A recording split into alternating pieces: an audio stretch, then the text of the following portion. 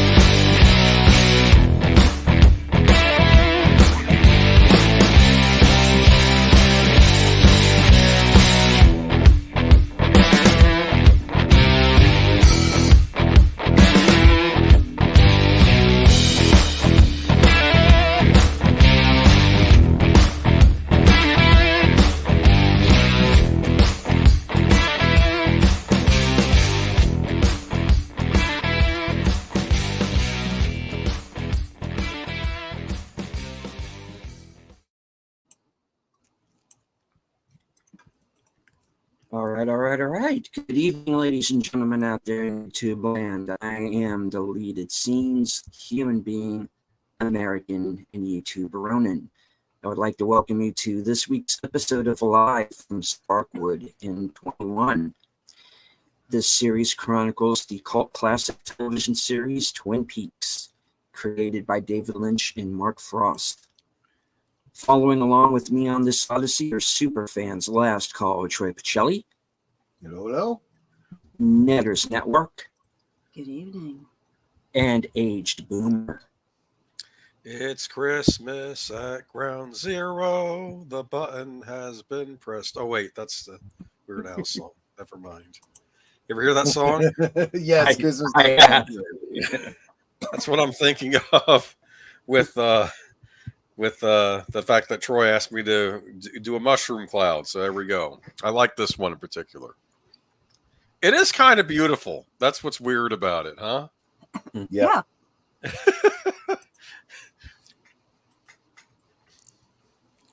All right. I would like to say hello to the chat. First one here, FKHC 2005, sometimes known as Tim. The tired midnight blogger himself, faithful Blue Rinse channel member Curtis Selby, host of Films with Friends, the creator of the 10-word review, Big Out Presents, channel member faithful Blue Wrench, the bird woman of YouTube. Watch out for her second channel, Fluff Chick Productions. It's Connie Cleary.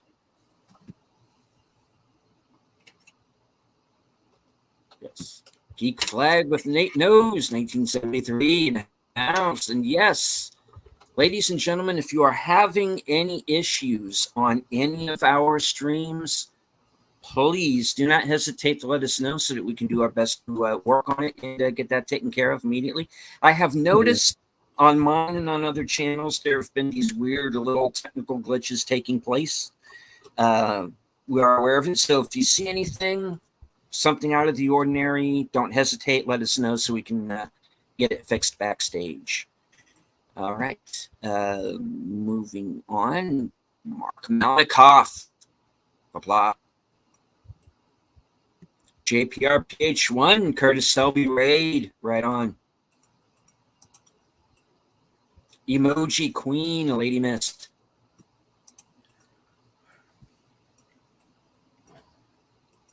Scrolling down. Tired Midnight Blogger Raid, Curtis Selby. Right on.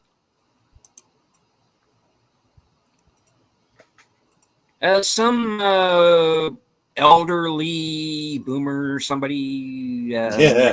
Hey, I was just thinking, Midnight Blogger sounds like a vigilante name, you know? Oh yeah.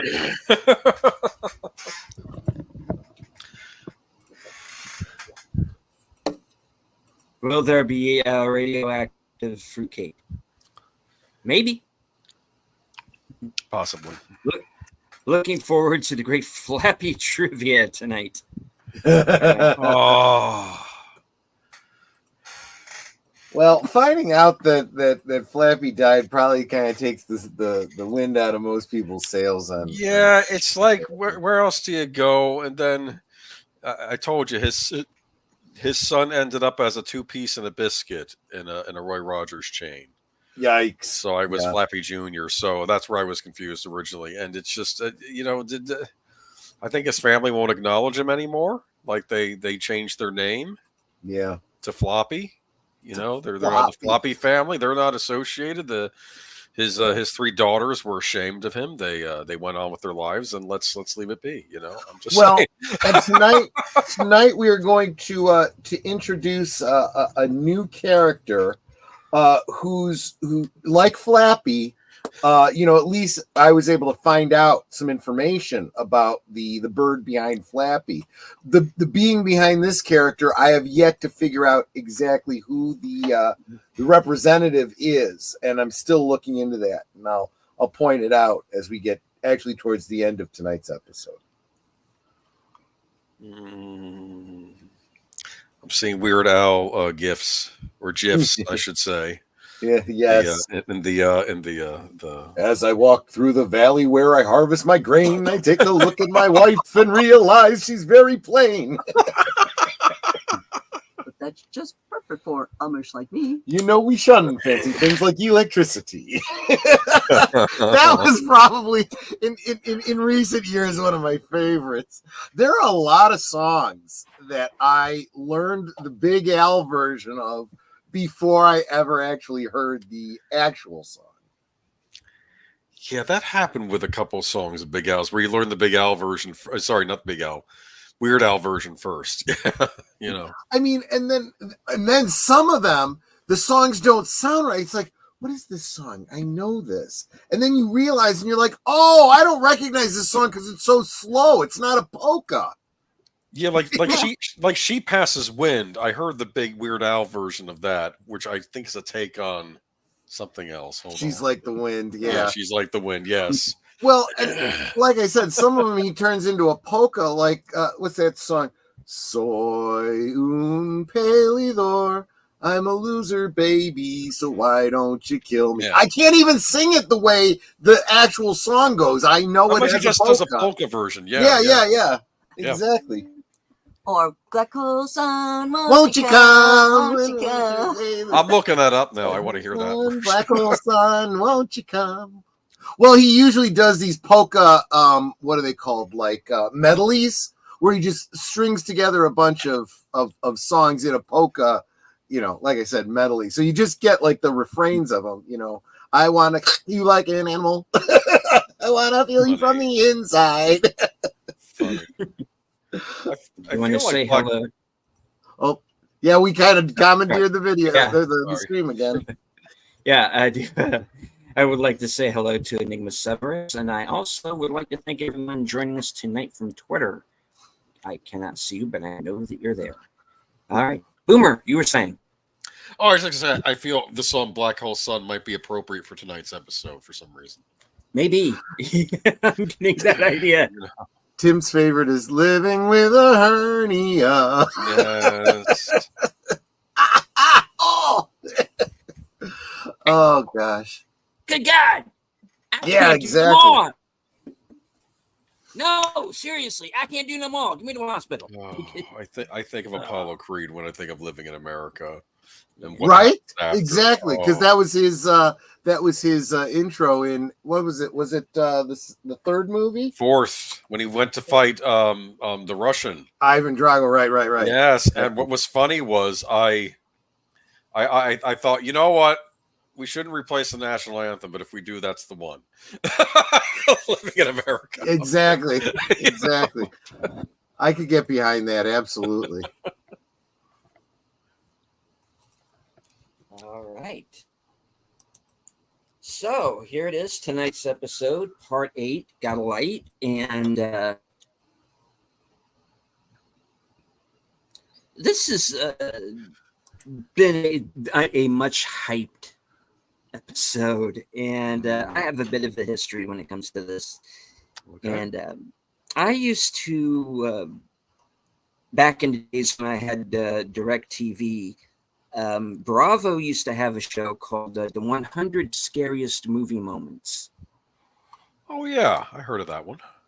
And they did 2 or 3 of them. And then eventually, once Bravo more or less went under, got sold, or whatever happened with it, the Scariest Movie Moments show wound up on Shudder. Appropriate enough. Oh, okay. And instead of having a movie moment, this episode was on the list. Not just a moment from the episode, the entire episode was considered a scariest movie moment, which I found to be very intriguing. And then, of course, they showed a couple of bits from the episode that made absolutely no sense out of context.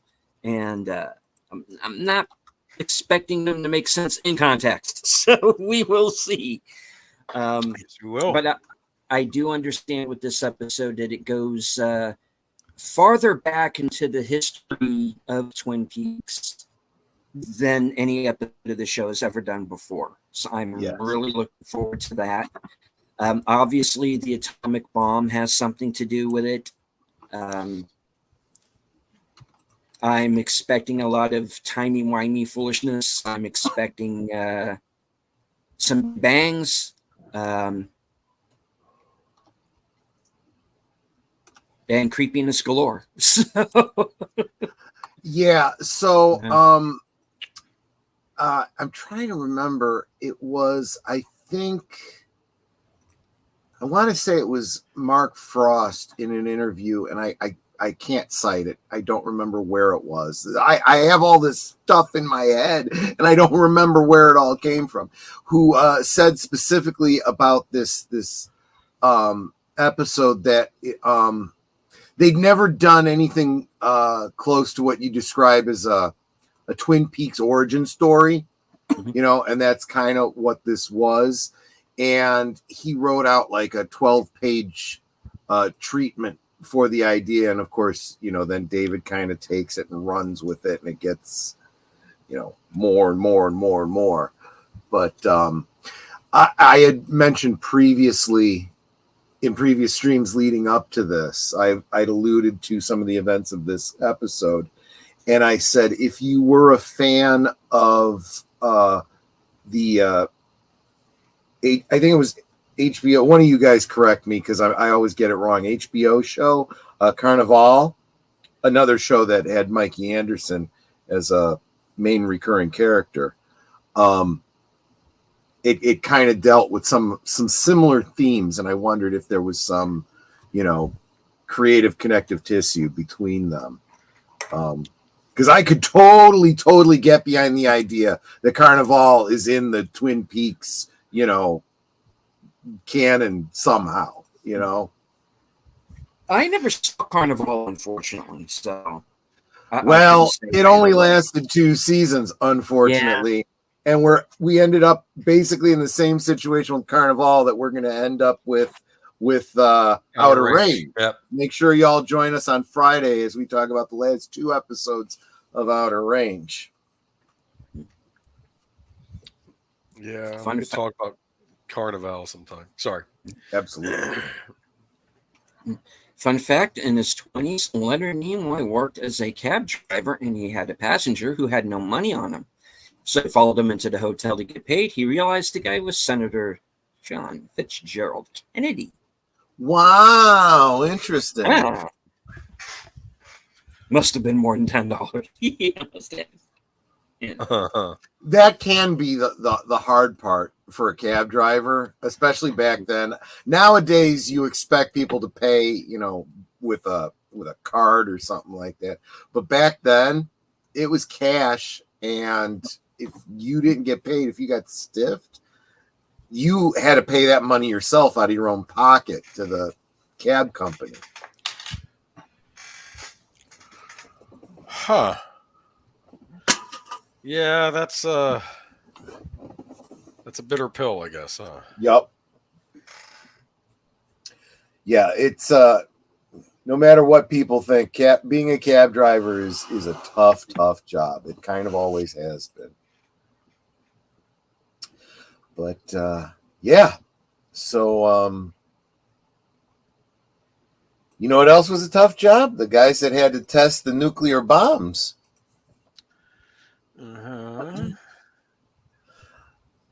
Yeah, so just to share, because I did this backstage, I'll share it with the stream. I said, hey, deleted scenes. I said, have you, so in looking forward to this episode, you know about the frog moth? And he just said that I don't know what you're talking about. I'm like, see, this is one of those things where you could bring it up, and if you bring it up and someone knows what you're talking about, it's not a spoiler. And if they don't know what you're talking about, it's kind of still not a spoiler. And those of you that have been following Twin Peaks, up till now are probably going, I have no idea what he's talking about, but it doesn't I'm not at all surprised. It's not about it making sense, right? Yes, I would have to agree with that. I would have no choice but to agree with that. Yes, testing the bomb was a blast. Tonight's episode is going to be a blast, I promise. Ooh. Radio was a tough business too back in the day. Yeah. Mm-hmm. Yeah. Right. Well, so, we're going to talk about, we're going to look a little bit at the radio industry too in tonight's episode now that you bring that up, John. Good. You guys are all keyed in tonight. Yes. Well, should we just get to it? I think so. Let's get to it. You want to get to All it, right. as the cowboy would say? Remember the cowboy? Here's a man that wants to get to it. We need a clip of that. Probably. Yeah.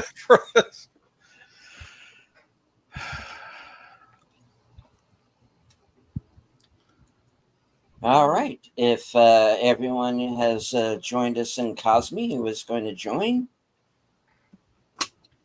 let's see. I do see Mark Malkoff in there, as well as Tim, Curtis, Connor's there, and the whole gang. So, all right. I noticed that I What? cleared the comments 3 hours before the stream. As soon as I did, I saw Tim come in with "Get on with it." I'm like, holy crap! What is he doing here so early?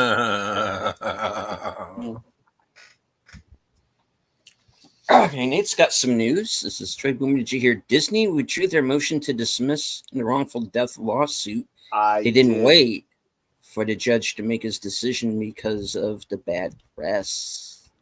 Well, we're assuming that it's because of the bad press. And I think it was Ron Coleman was commenting, saying that he believes that the whole decision to do this was probably like one of the junior attorneys on the team,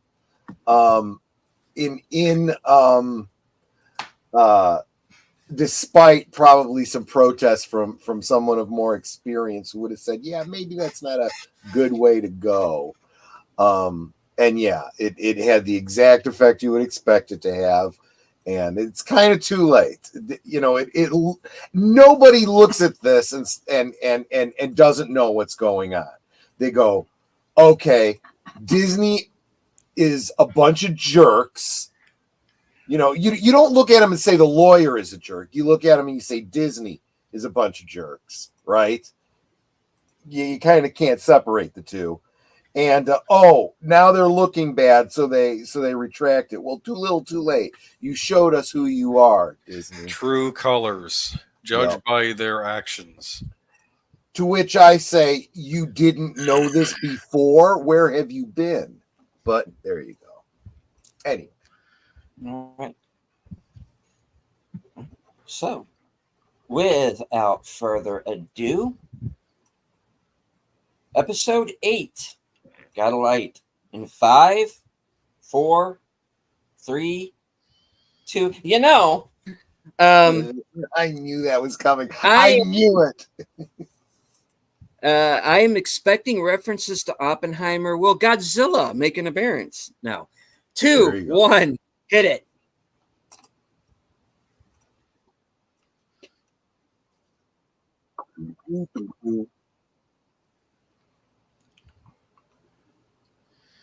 So apparently, Flappy's great-great-great-grandfather's big claim to fame was taking a dump on Dwight D. Eisenhower's car. He was proud of that. Wow. I don't know what to say.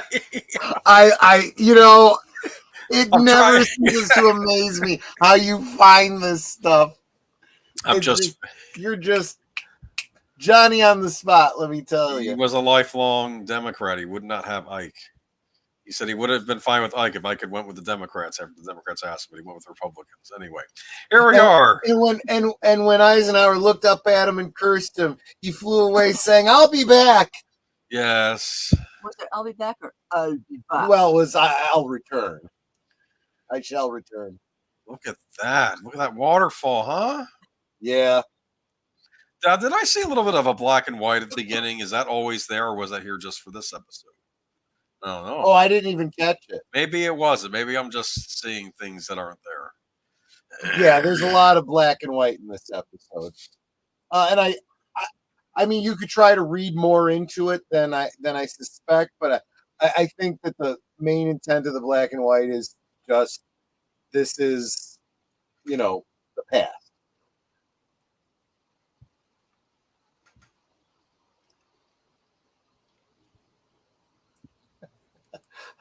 What a story, Mark. You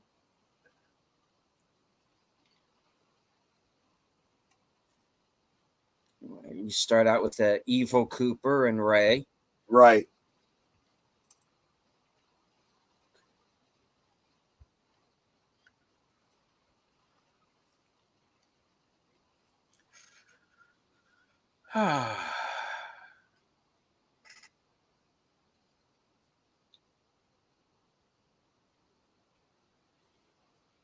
I've heard if you drive up close to a truck on a highway, that it'll be easy on your gas because the wind's not going to hit your car and the truck is. Yeah, the MythBuster guys tested it, and proved it true, but it wasn't as big a thing as to offset the potential danger of driving. Well, yes, too close a following distance.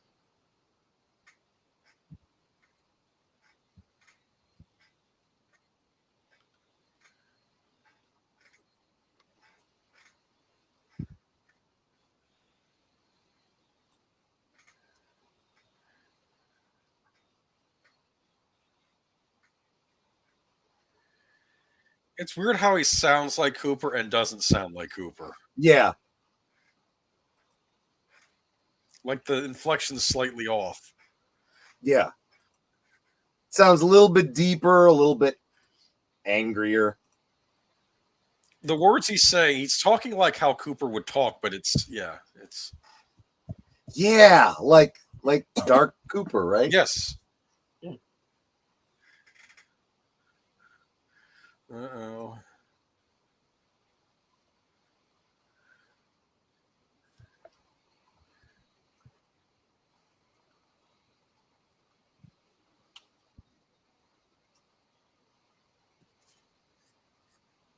The numbers never stop coming. Oh, wait.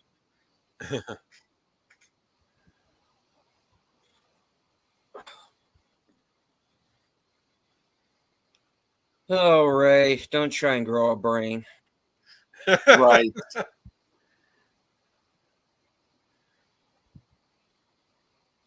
I have to give Lynch, we don't take into consideration that how he shoots these night driving scenes. Yeah. I mean, I may take it for granted. I bet this was really tricky to shoot. Yeah. Well, and you'll notice that unlike so many other movies that you watch where you can't see a damn thing at night, You're seeing this is illuminated with a specifically red hue. Yeah. Like you're seeing detail in the background as they're driving along. Yeah.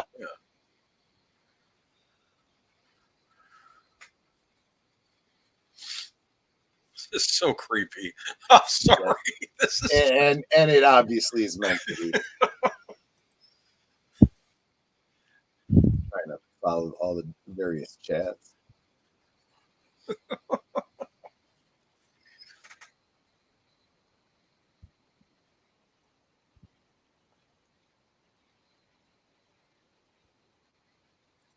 Some giant fucking rabbit's going to dart out in the middle of the road. Right, exactly.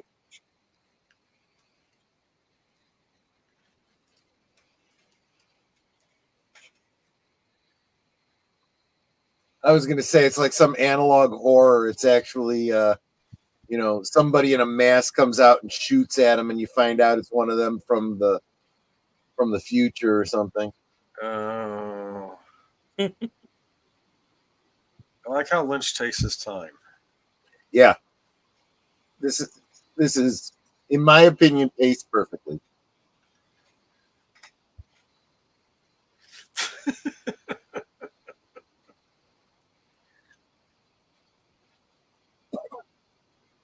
Yeah, leave the gun, take the cannoli. Yeah, I'm surprised Jennifer Jason Leigh isn't in the back seat or something, ready to pop a cap in this guy's ass.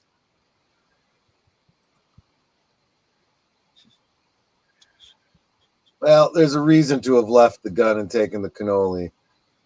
Yeah. You'll see in a second.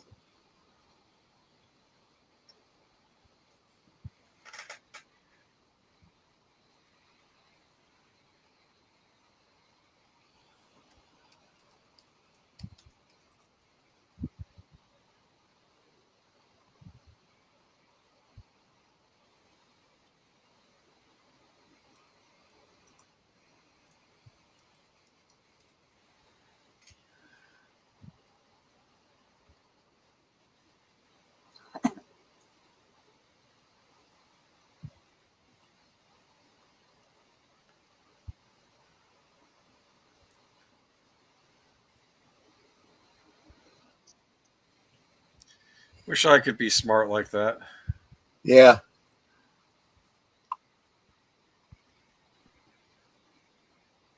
Oh, I'm surprised he was.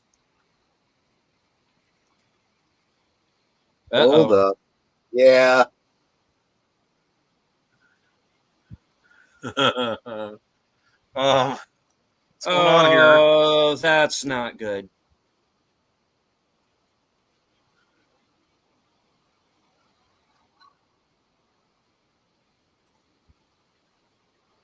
I'm not dead yet.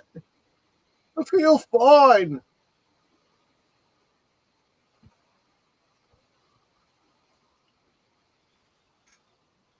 Now here, having a difficult time seeing is kind of intentional.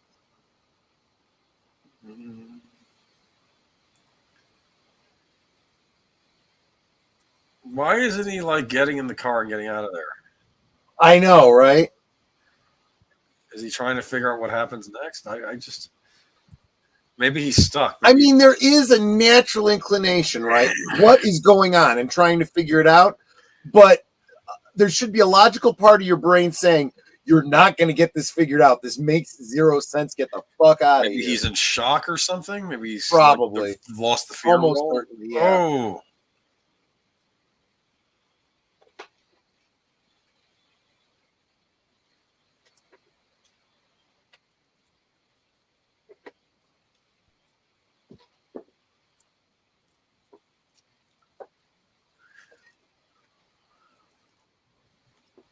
And when you see these translucent figures, you got to start thinking, are they even really there? Is this like, some trans-dimensional kind of thing going on? They're somewhere.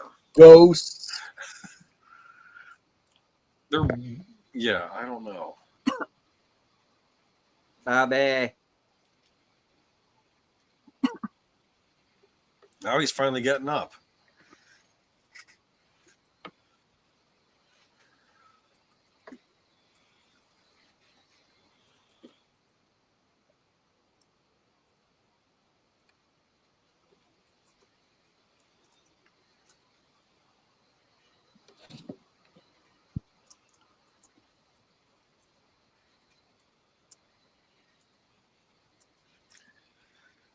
Did you see the shooting coming, Stephen? No. See, I'm doing a good job of not ruining stuff for you guys.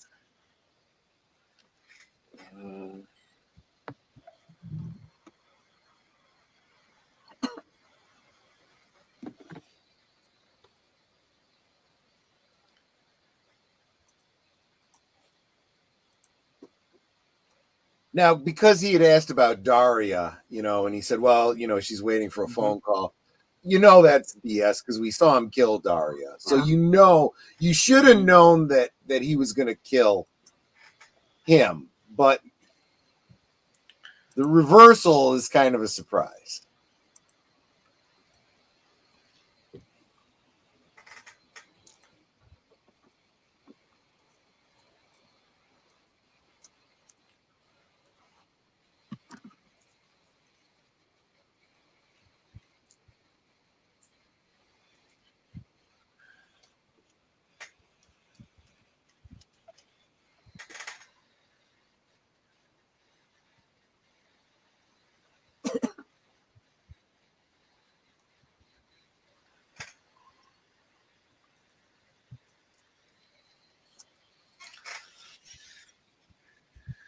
Yeah.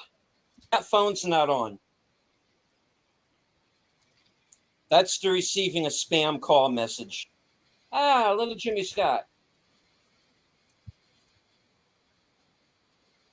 Oh, here we go.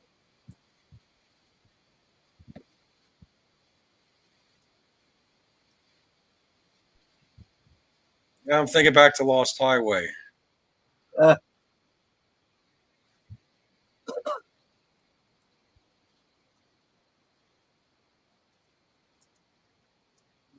Or Nine Inch Nails did the score for Quake.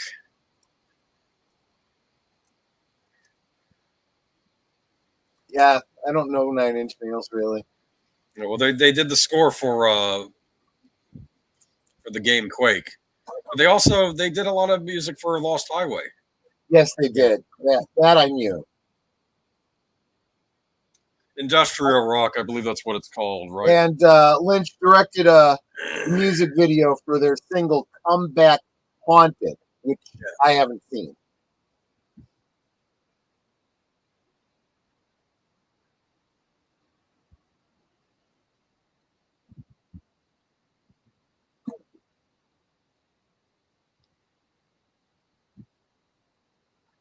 And Downward Spiral is one of the greatest albums of all time. Fight me.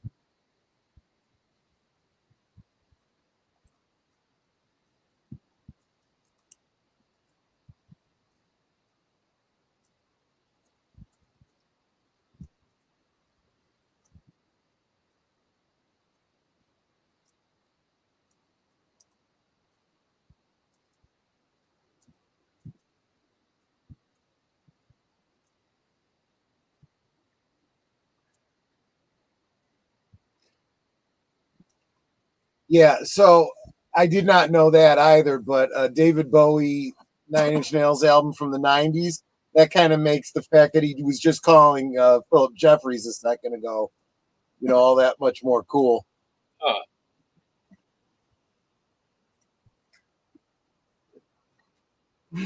Tim says this version of Freebird is not that good.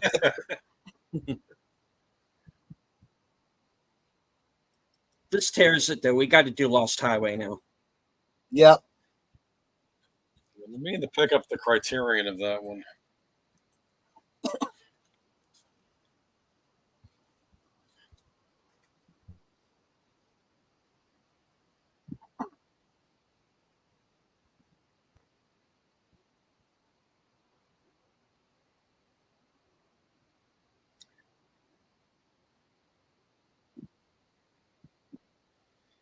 We usually get these musical things at the end of the episode, so it's interesting it's happening here, right? Yeah.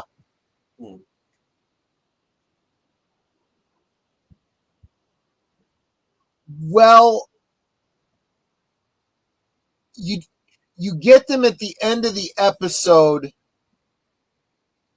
because it's where we're leaving Twin Peaks for the night. Right. And pretty much from here out, we're going somewhere else. And So if I remember correct, the episode previous to this did not end with a musical interlude, right? That might have been. It ended in the diner, right? Yes. It ended with a song, but not, in the Roadhouse. It was at the diner instead. Yeah. Well, if you can call a musical piece a song, it was Sleepwalk.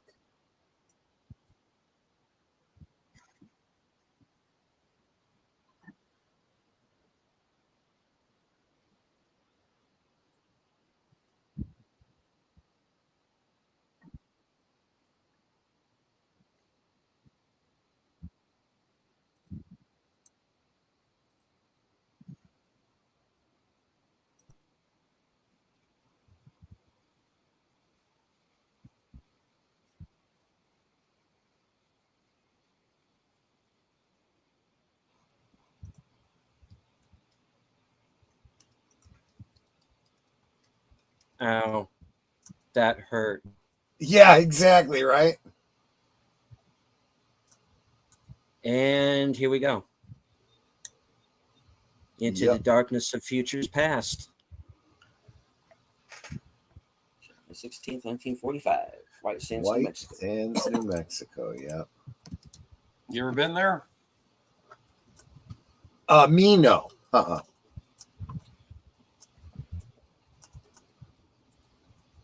The movie White Sands is Twin Peaks related. Confirmed. No. Be cool if it was, though. And at this very moment, a number of new elements were created in this world. And I mean that literally. Bits of glass and stuff that have a chemical composition that doesn't exist anywhere else in the world. Huh. Compounds, not elements. My apologies. I correct myself. Hell of a shot.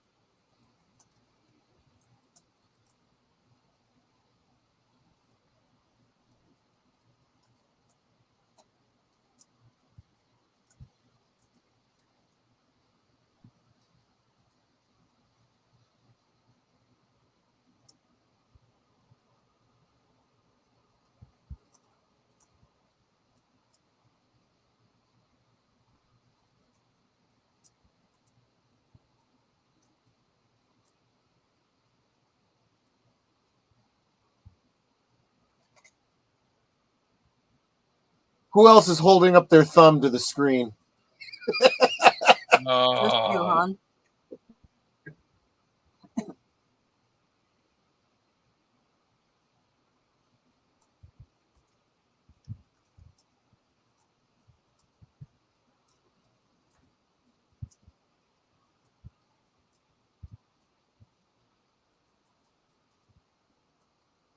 See, Enigma got that reference.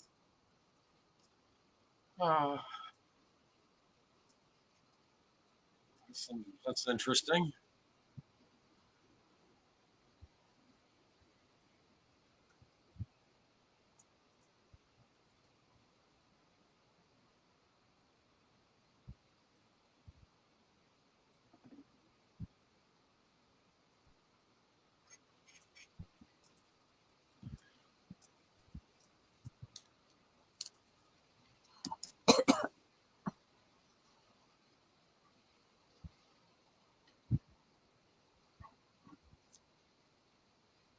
And see, right about now, I'm getting some Eraserhead vibes. Huh. Oh, I was thinking the birds, because those look like a bunch of birds. I can see that too. There are birds in Eraserhead. Chickens. Right? Right.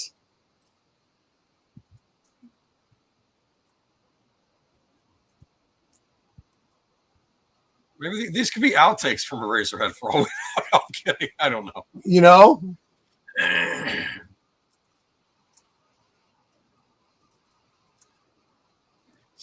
Is something weird's happening? I'm going to say something has come into the world.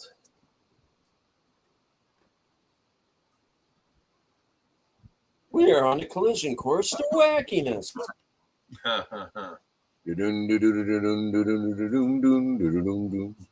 Yeah.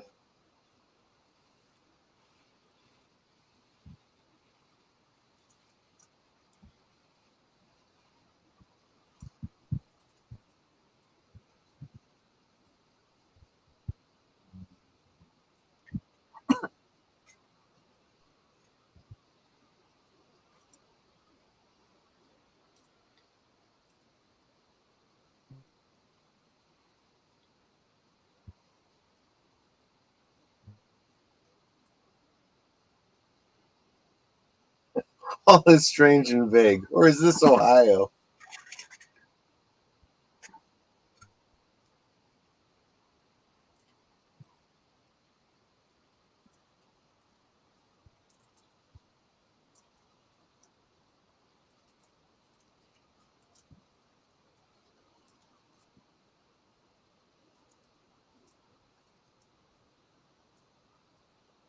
And the inclination, of course, for a lot of people that I heard, that I saw commentaries from online at the time this was out was, okay, this goes on too long. Why is this necessary? Well, if it goes on too long, then maybe pay attention. There's probably something important that he's trying to underscore with it. Not saying what it is.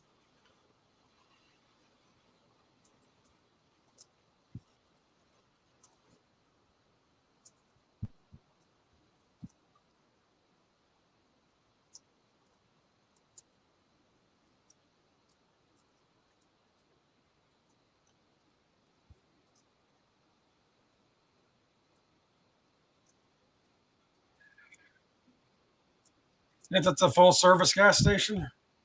It is a convenience store. Oh, You lived above it. Yeah, people have talked about this scene and said, is this that convenience store? Well, it probably not, because there is nothing over it, right? And we have seen Right another now. convenience store too.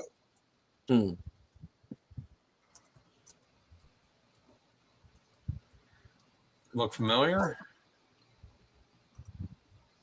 Yeah, these figures definitely do.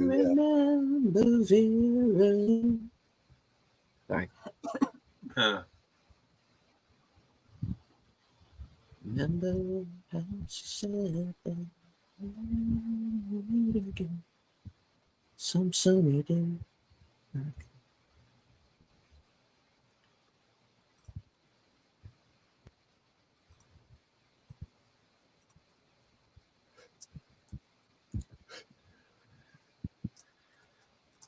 I remember watching this episode. I was like, just roll with it. That's what I told myself.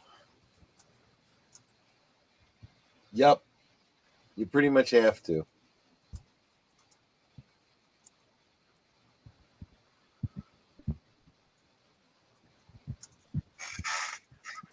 Tim's like, what was in that water I drank a few minutes ago?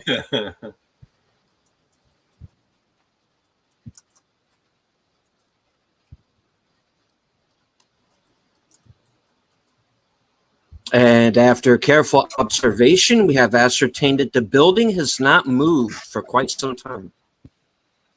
Right. So I'm going to point out that when things are going in and out of focus like that, and then you see people moving and it jumps around, it does imply some sort of time issue, things not being in focus, something not quite right, things not syncing up the way they should. The hell? Maybe it is an Eraserhead sequel. What the heck is that? Yeah, you're going to see at this point, you're going to see a lot of Eraserhead sort of imagery. What was that? What was that? There's Bob. Is that Bob? And an egg. Is that Bob? Egg. There, yeah, we did see Bob. Oh, that's intense.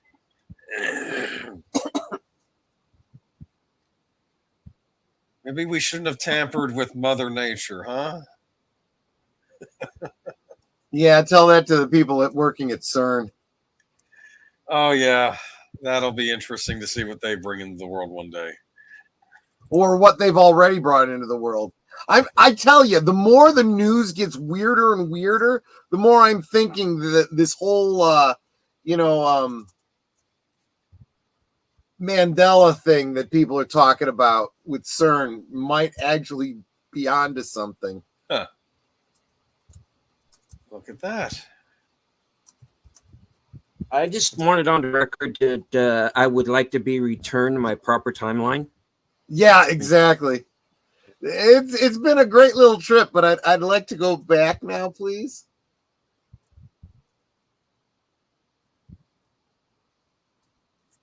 It's interesting they give you the title tracks, huh? Yeah, and that was kind of relevant. The I'm going to say it wrong. Threnody of the victims of Hiroshima.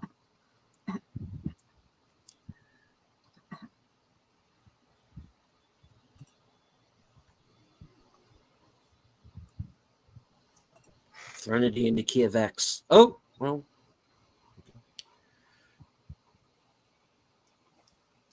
X-Files Twin Peaks universe. Confirmed. Right. No, exactly. just send James Bond to take care of things. Okay, please tell me this is Godzilla. Well, you should recognize this purple sea, from the Black Lodge. We saw it underneath, wherever it was that Cooper was when he was escaping. When he met the weird Asian talking, or the weird Asian woman with no eyes that you couldn't understand what she was saying.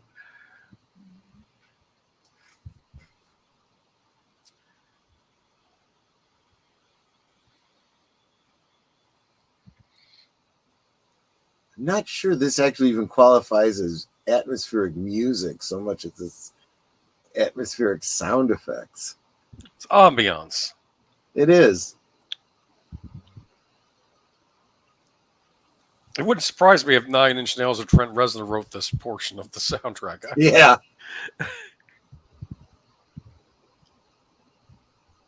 If Jeffrey Combs isn't in here, I'm out. I always wanted to see his one-man stage show of Edgar Allan Poe. He did he's Jeffrey Combs as Edgar Allan Poe. Yeah.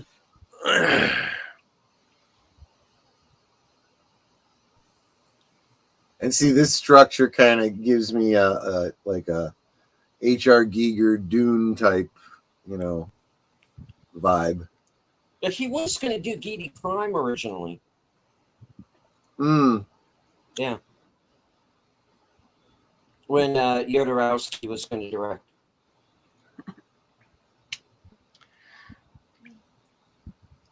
Where are we going? We're going in now. I don't want to. I know. I want to go back to where the gold was.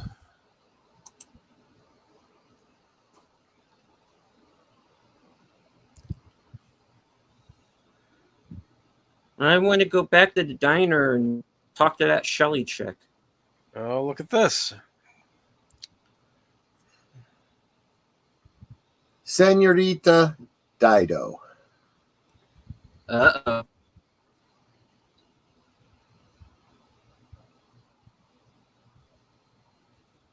There is no band.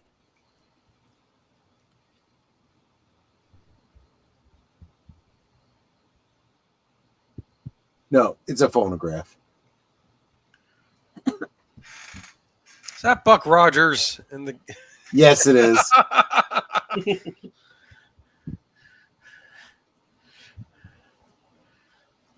I finally watched the pilot for that recently.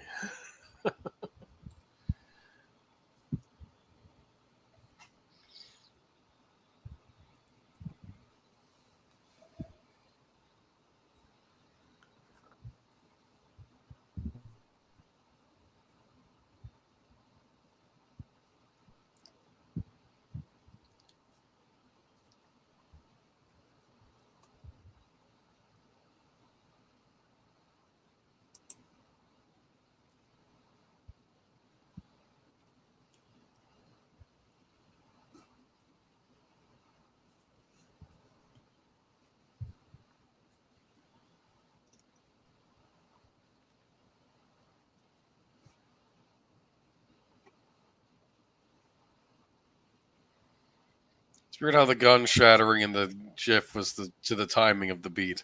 Yeah. I noticed.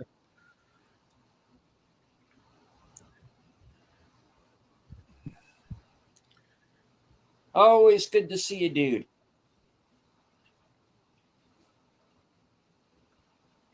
Wait, why is he staring at me? I don't like this at all. You got his freaking me out. attention. It's just freaking me out. I'm almost wondering if this is like an audience participation thing. It kind of does break the fourth wall, doesn't it? Looking at us watching the show, I don't like it. I don't like it.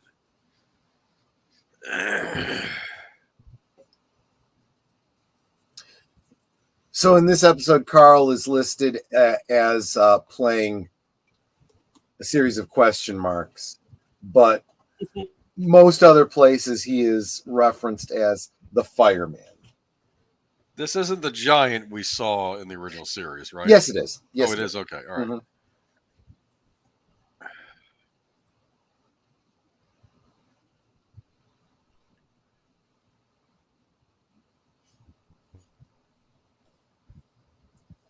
I mean,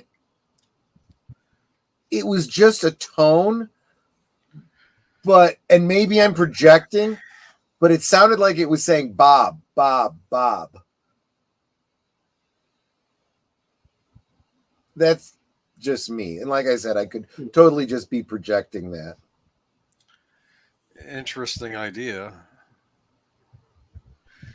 You know, that lamp isn't giving off too much light, is it?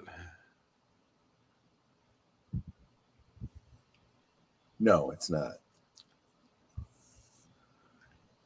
Let's all go to the lobby. Oh. I think they did have a theatrical screening of this at a museum somewhere where you could sit and watch. I don't know if they were you could just sit and watch it all the way through. I don't know if that was ever tried. Nate says, who needs drugs when you have David Lynch? And someone put up Tom Cassidy as Lurch. Yeah, they both played Lurch. Right. Carl Stryken also played Lurch in the Raul Julia Addams Family. Mm-hmm.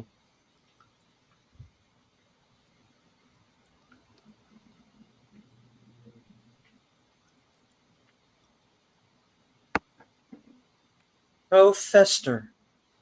A lifetime supply of strychnine. As if we'd ever run out. Funny.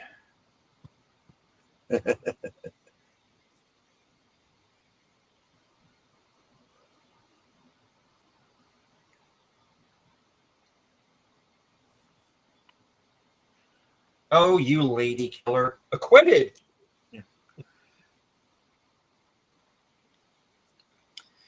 We gotta pay attention. This is gonna come in. This is very important stuff, right? Yes.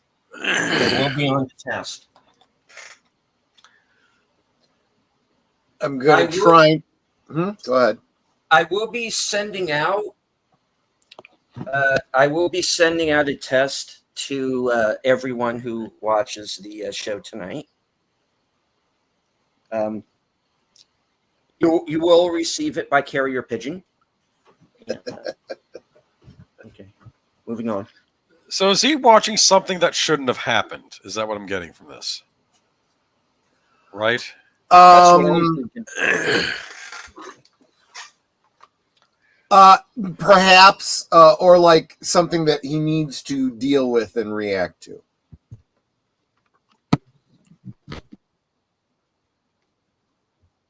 Because there are people within the Black Lodge that seem to be trying to stop Bob and either can't seem to or are not able to. So I've got to assume he was never supposed to get out. Yeah, that there's an order that's supposed to be kept. Yeah, sorry. Yeah. It's like a... dare I go back to Star Wars for a moment? You know, there's an imbalance in the Force. Right.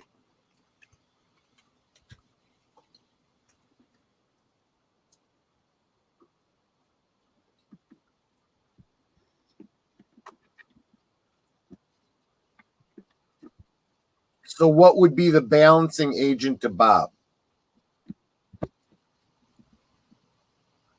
or who would be the balancing agent to Bob?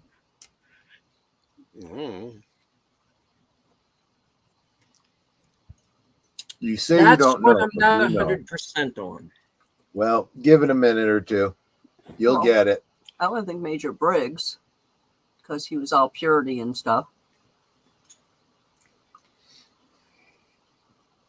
But supposedly he's dead.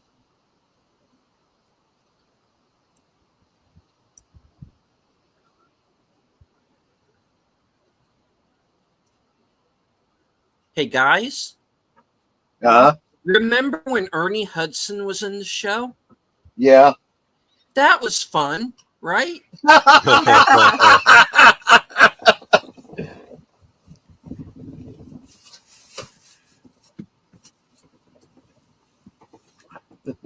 Those stars.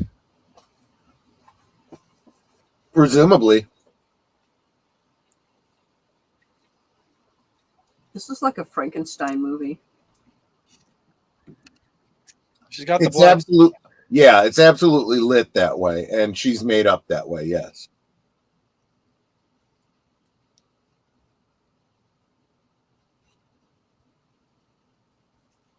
It's an interesting interpretation, Tim. I think it's just meant to be that the natural order has been irreparably torn. So is And- this one of the lodges? I think the lodges always existed, but this is where the barrier between our world and the lodges kind of broke down. Mhm. And the fireman is working to try to, Fix things. contain things.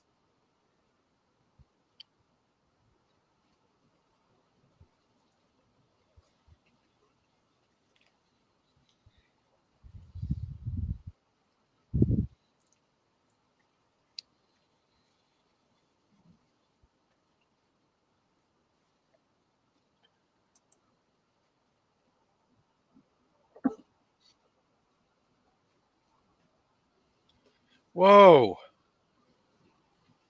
Yeah, trippy.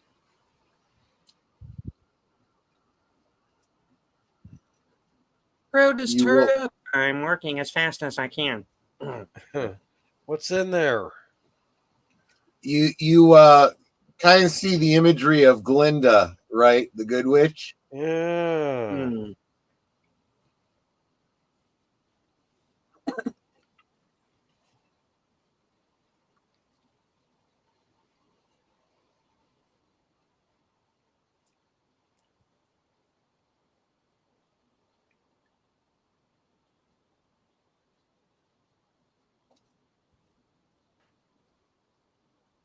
Ah.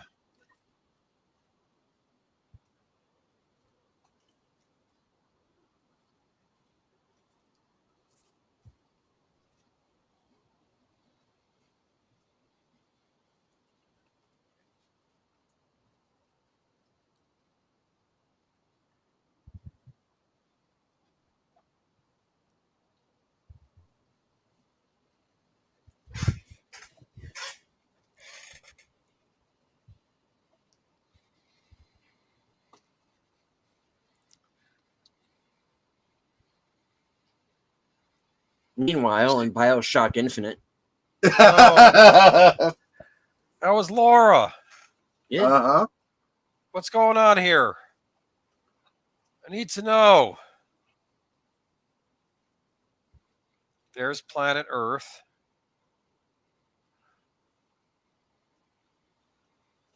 That's South America. Oh, look, it's going to pop out. Dude, is that a soul? What's going on here? And Tim says, "Don't worry, folks. This all makes sense soon." Right? Mhm. For those Is who that Laura know. Palmer's beautiful soul? What's going on here? Yeah, my personal theory is that they're putting this essence into the world that will be Laura, Mm-hmm. as the counterpoint to Bob. Bob.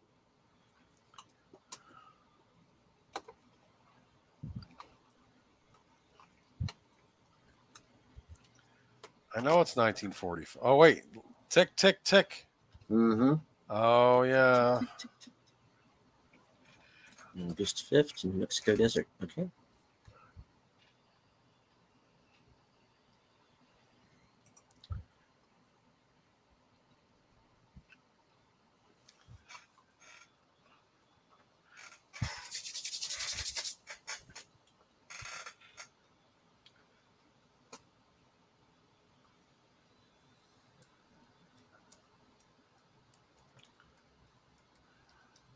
This Marcel the Cell prequel is weird.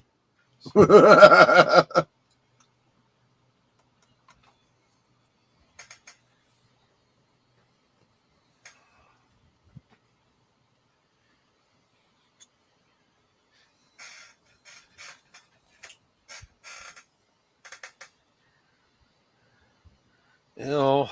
What? Oh no. Wait a This minute. is the frog moth, I take it? Yes. Okay. What the hell am I looking at here? I don't like it. It's a frog with wings. Mm-hmm. It's not. It's unnatural. Yeah.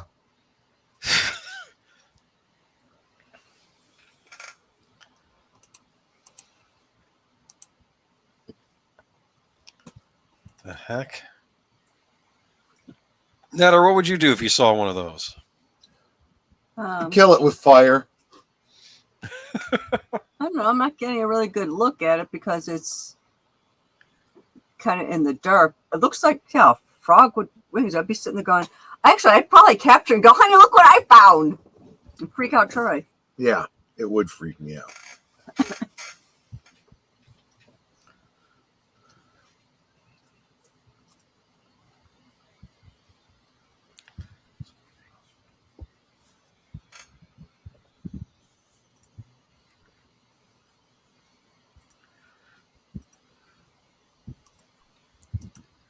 What song?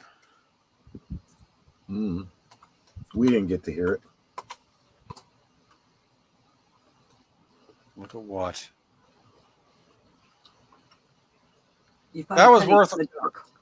I'm sorry, he didn't mean to interrupt you. No, I said she found a penny in the dark. Heads up is good luck. Yes. I guess a penny was worth a lot of money back then, right? Well, it was worth more then than it is now.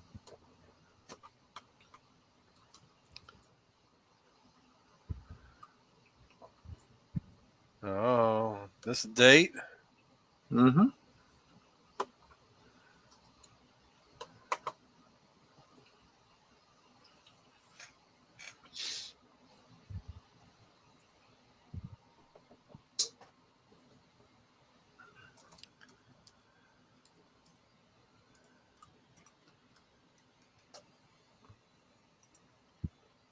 Oh! Oh, what?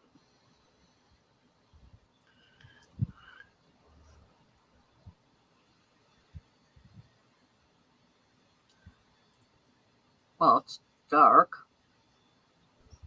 And now it's dark.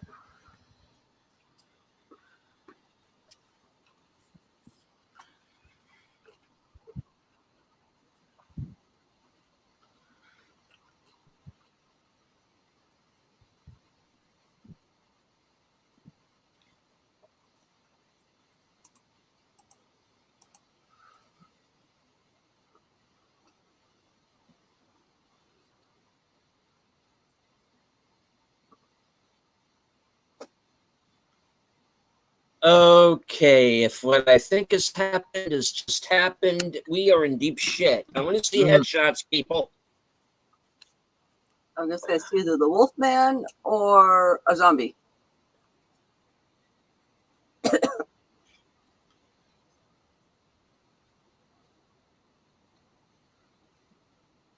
Oh boy.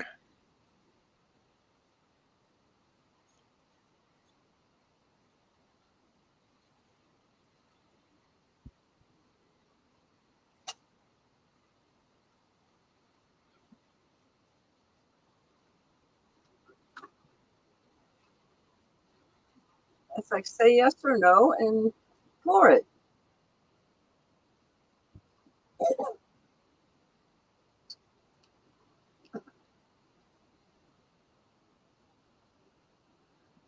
Would you be hauling ass too? Oh, yeah, absolutely. I might not have swerved to avoid the one.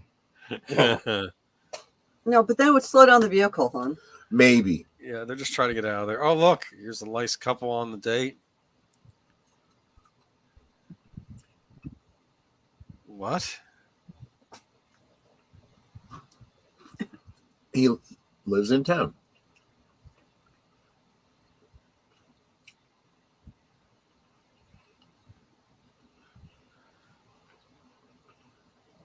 It's a nice skirt, huh? Very period appropriate.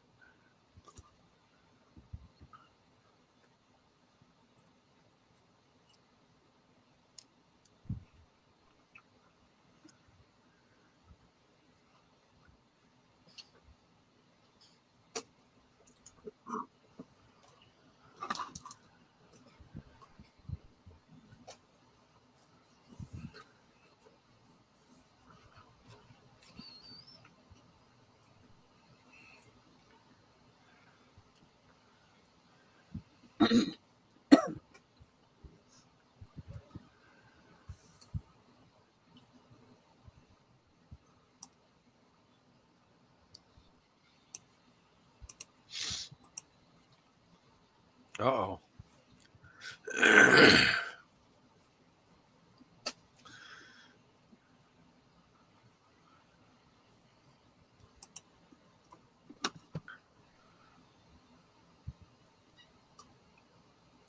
Close and rise.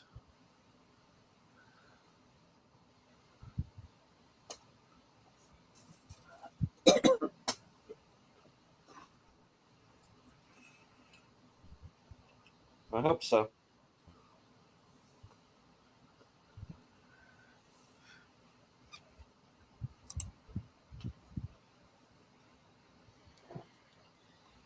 Because right now the scenario going on in my head is half dead, half drones.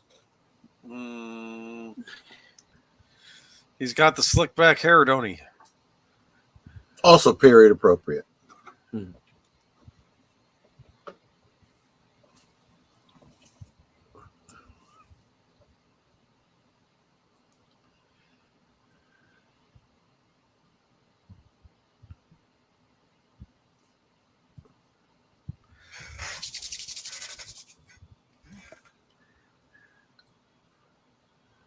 Nate, are you getting ahead of us?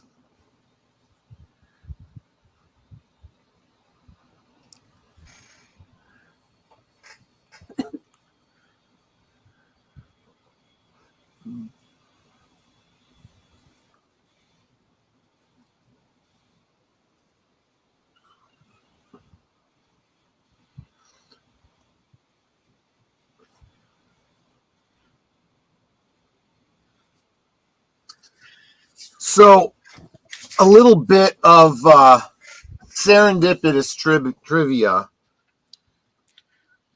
They're playing the Platters, My Prayer. The group had a singer by the name of David Lynch from its formation to 1970. Just a coincidence.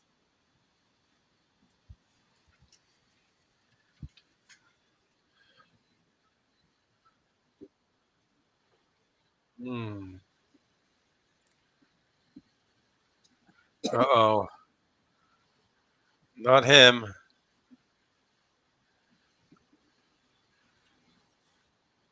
It's a police station. Nope, radio station. A radio station. KPJK specifically.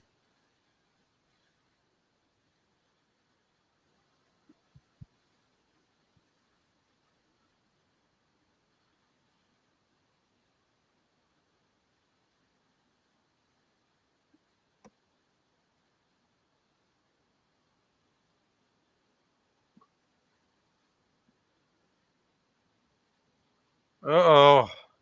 Yuck. Oh, somebody saw Swamp Thing.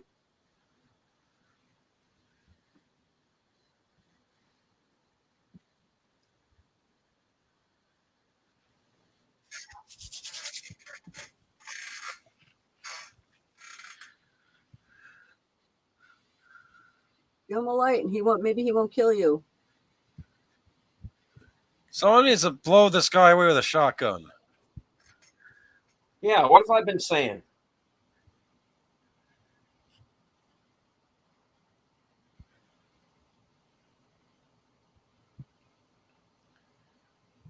Now you're gonna hear, got a light?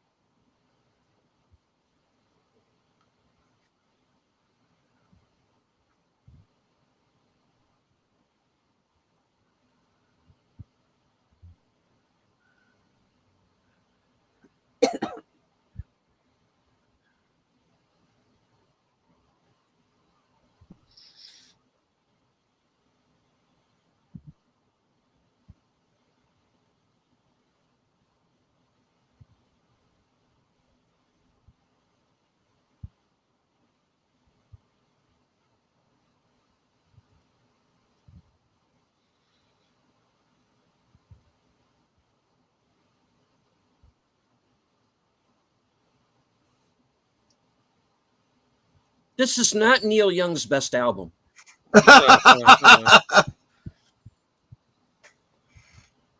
Or Yanni's. Right.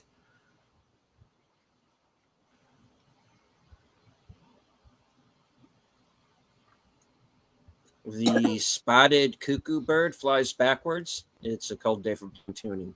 Okay. Right. What is that thing? What is it? It's a frog moth. There's no such thing. It's not supposed to be.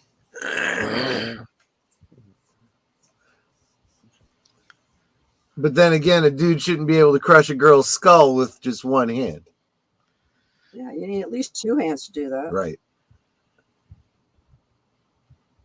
Turn off the radio.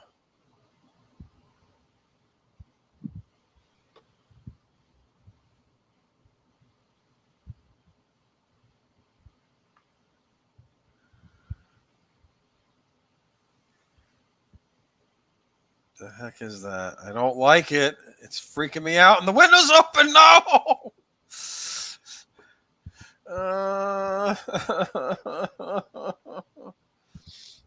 Oh. Boomer, you live in Florida. You got bugs bigger Yeah, than that. exactly. It looks like something from Florida. I hate the bugs. I hate bugs. I really do. I don't care. Oh, you need them. No, you don't.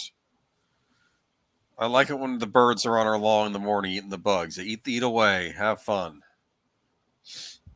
Oh, no. Dude. Dude. Dude. There have been many a morning where I wake up and I feel like something's caught in the back of my throat, and I know it's a bug. I know a bug flew in there when I was sleeping.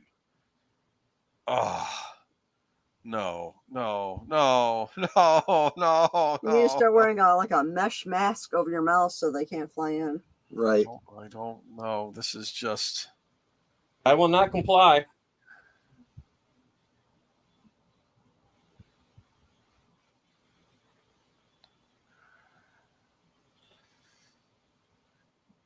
Someone shut him up.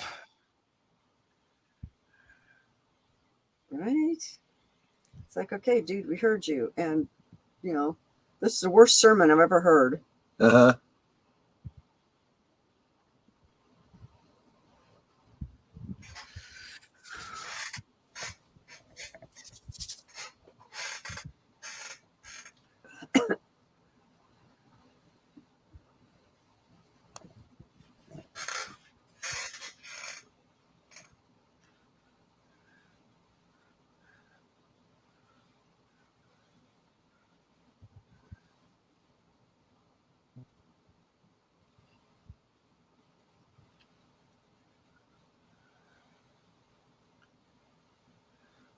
Well, that's dead. Ew. I've seen Deb before. That's what it looks like. Yes.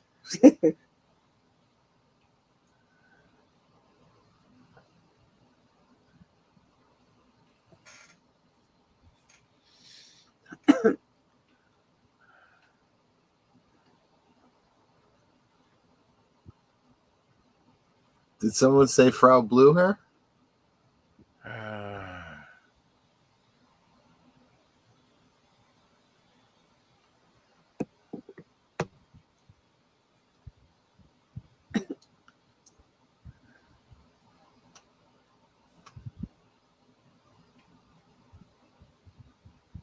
There we go.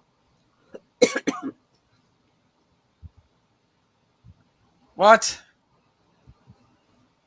Me star Kyle McLaughlin. Where was he? He played the evil Cooper. Dale. Yes, that's right. What the heck is going on here with her? Oh, that was the kid from Cobra Kai. Okay. What? Oh. Nice. All right. Okay.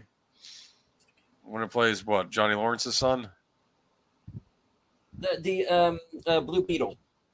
Oh, okay. Him. Okay. What the heck? Dude, she swallowed something. Are we going to get a follow-up on that? Kind of. I don't like this kind of stuff. I want the definite. Well, we're gonna go into the debrief, so I'll help you out a little bit. Bunch of nonsense.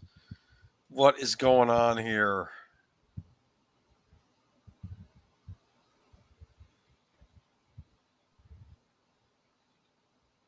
And unless I'm mistaken, that noise is the sound of the record, scratching. Yeah.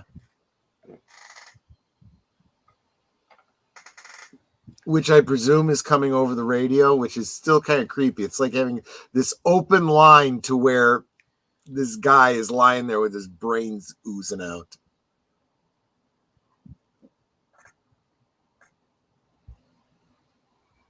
So there you go, folks. Episode 8.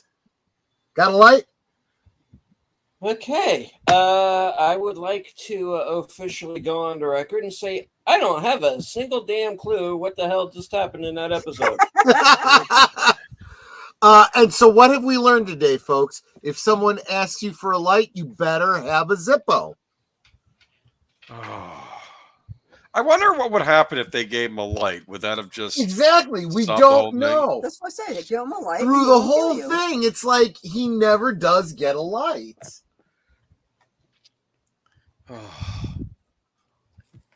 Or if you just said no, maybe, right? You would just walk away. Nobody said anything. They just scream, We look weird. At least the couple survived by escaping, right? Yes. As long as the husband had the presence of mind to hit the gas. Otherwise, they'd still be sitting there. Got a light, got a light, got a light. I mean,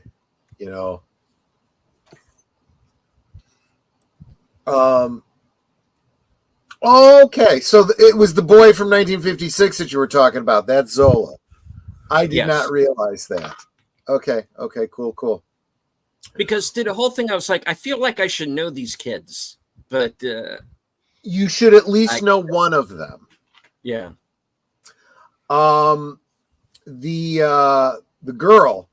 I'm just going to tell you this because until we get to the final dossier and the secret history of Twin Peaks, there's no way to make this connection.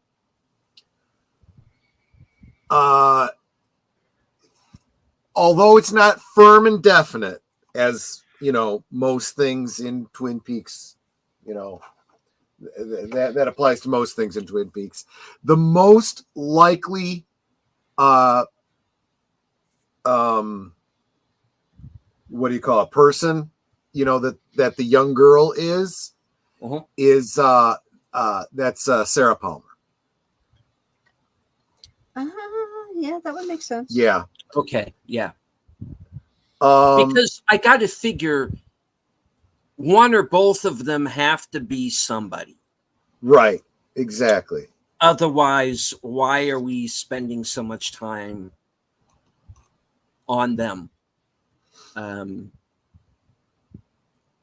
Yeah, what I- did these, what would these events have to do Yeah. with anything else that we're seeing, in Twin Peaks and stuff? I mean, Right. not that I want to think of, Sarah with this, fucking Pan's Labyrinth fawn in the back of her throat through the entire series, but No. I don't know. I don't want to think of that, but So Sarah would, if again, assuming this would be Sarah, Sarah would be 13 at this time. She did live nearby, and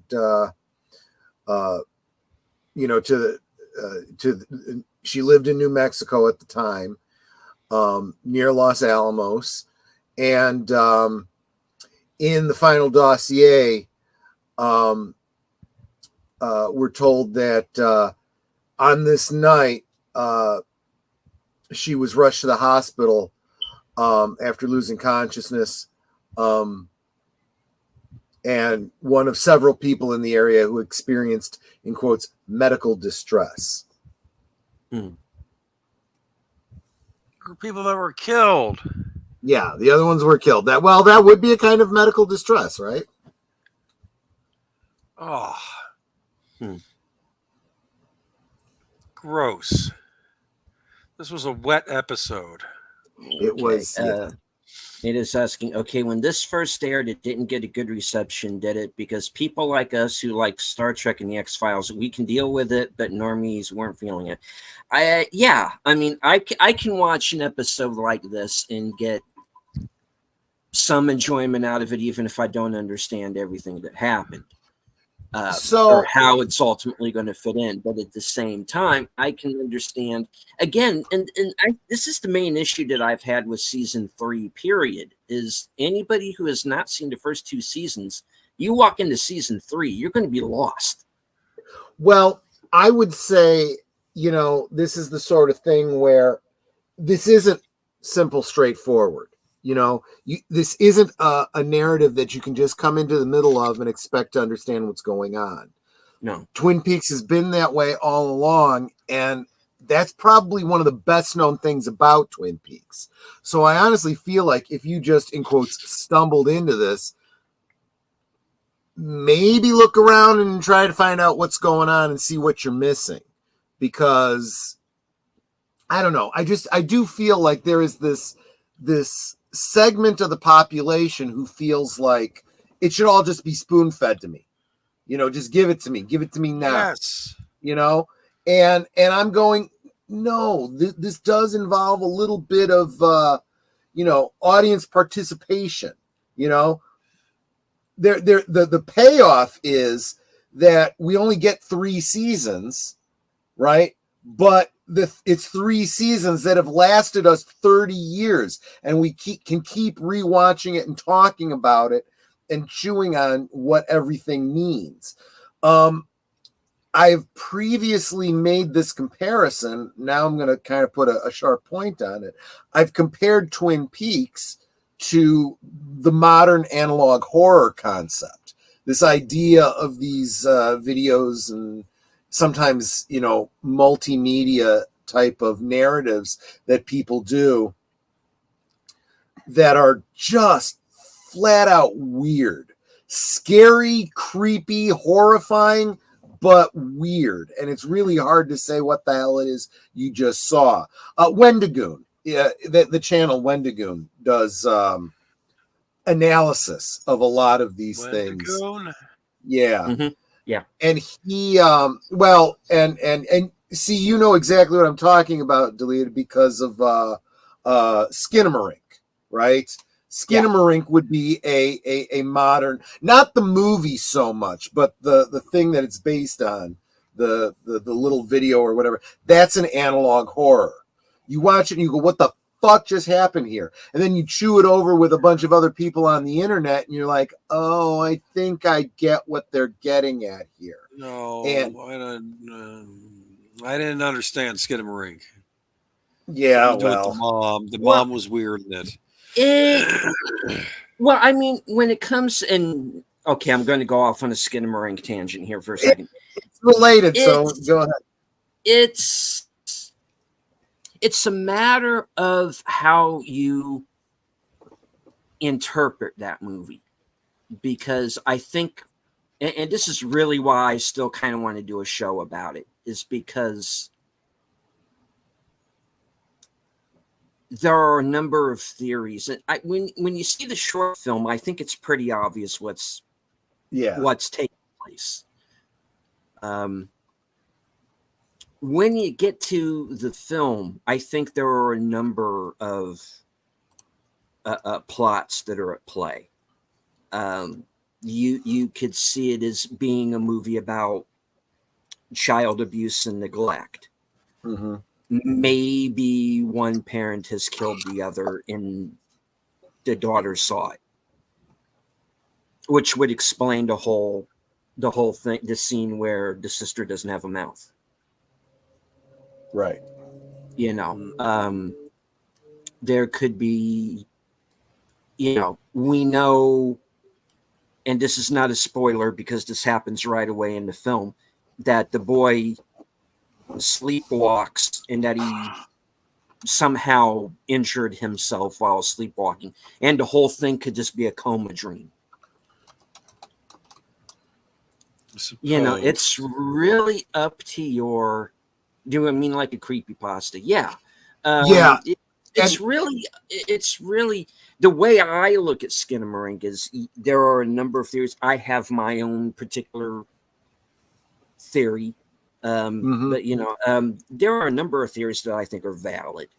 You know, again, the short film, I think pretty much spells out what's going on.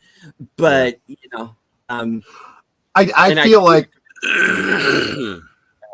Skinamarink needs to become part of our. We're gonna have to somehow like. I think we're going to have to.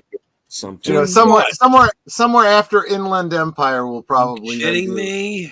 Yeah. No. Oh my absolutely. goodness. Oh.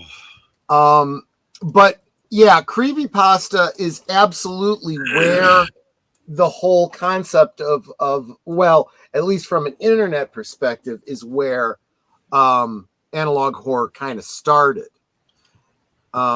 It's just that analog horror is like taking creepypastas and making like Lynchian style short films out of them, sometimes series of them. I would say it's yeah, you're really onto something there, Nate. I'd say it's more told from the inside out, I think is the better way to put it. But I maybe those kinds of dimensional attitudes don't really apply. It is not something you can just watch passively and take in the story. There are elements, just like you can't really taste something without being able to smell, you can't fully absorb this story if you don't feel it and participate in it and take an active role in it.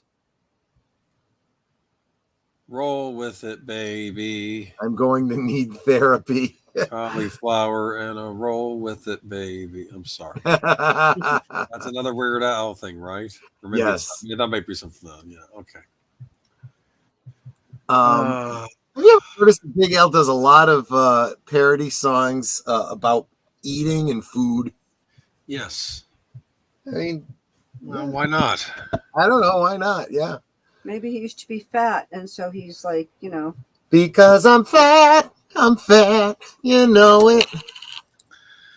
Yeah, that's the Winnemarink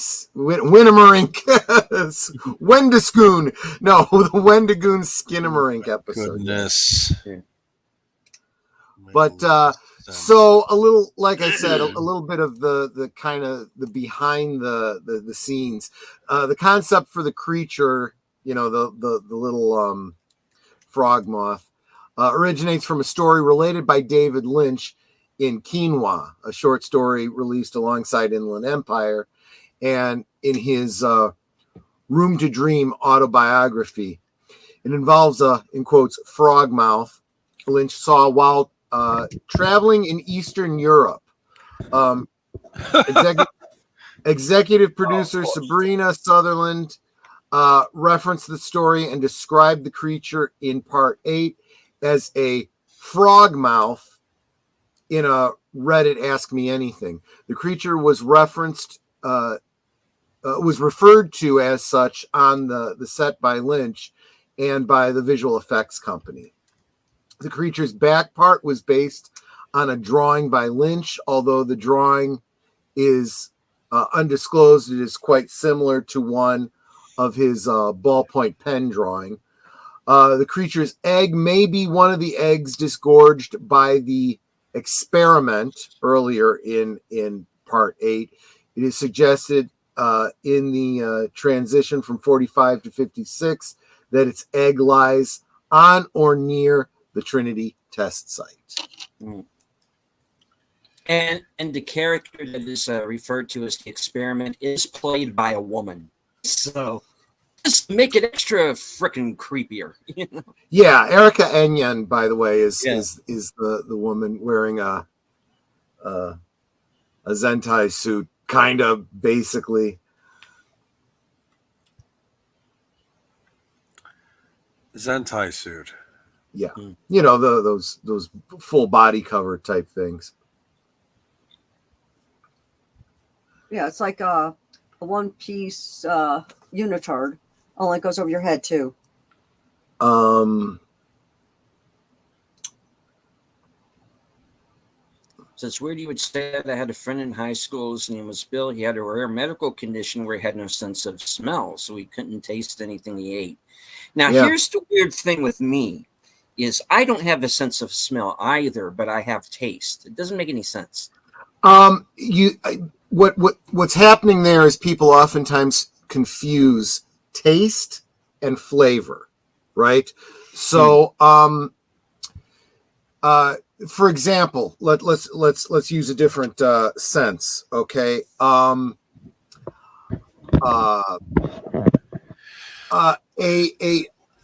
feeling, right? Like just the ability to feel is the sense of touch, right? But when you start describing a whole range of things you might be feeling, hardness, texture, all of that kind of stuff, that isn't touch itself. It is the experience, right? Same thing. Taste is what happens right on your tongue with taste receptors. It's a nerve reaction to certain stimulus. But all the different tastes and the smells and the sensations together in your mouth make up a flavor, right? You can take those flavors apart and say, well, if I didn't smell the garlic, it wouldn't be the same flavor. If that sugar didn't touch my tongue, that would be, you know, a different flavor. If it didn't have that creaminess, textile feeling on my tongue, it wouldn't be the same flavor. But those aren't necessarily tastes, right?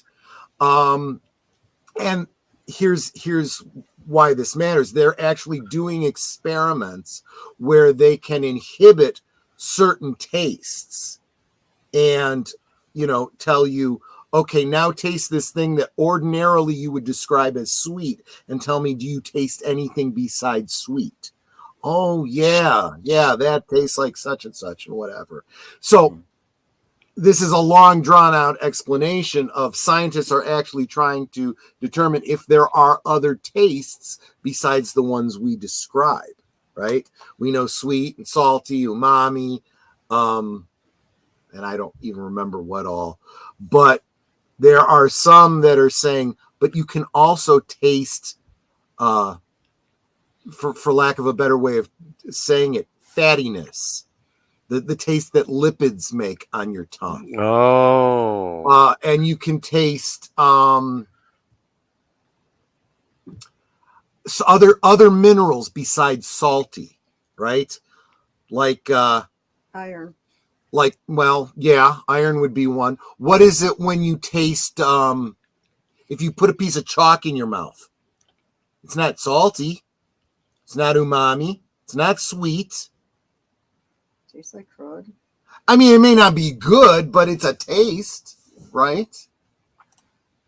Anyway, I've kind of gotten off topic there, but yeah, you are unable to experience the flavor, but you still may have a sense of taste. Now, there are people who can smell, but don't have a sense of taste. They literally the nerve endings on their tongue that would give them taste don't work, usually because of some sort of chemical burn in the mouth or something like that. So they could, wow, that the kitchen smells wonderful. I'll bet that tastes great, but I can't taste it. You know? Yeah. Huh. Yep. And that led to Shrek PMC. And so I mentioned the experiment. The experiment was that female entity that was regurgitating out all the eggs and Bob and whatever, seems to have come into the world because of the White Sands experiment, therefore the experiment. But there's still a lot to unpack with that. I don't have all the answers for you. A lot of people, including myself, associate the experiment with that entity that was in the box that killed the couple making out in front of the box. Oh. And a lot of people also think that the experiment and Judy are one and the same, that this is Judy. Judy. But Judy, yeah. But it's not like Judy came into existence on July 16th, 1945. Judy predates that. So is this experiment something that happened that brought Judy into the world, gave her access?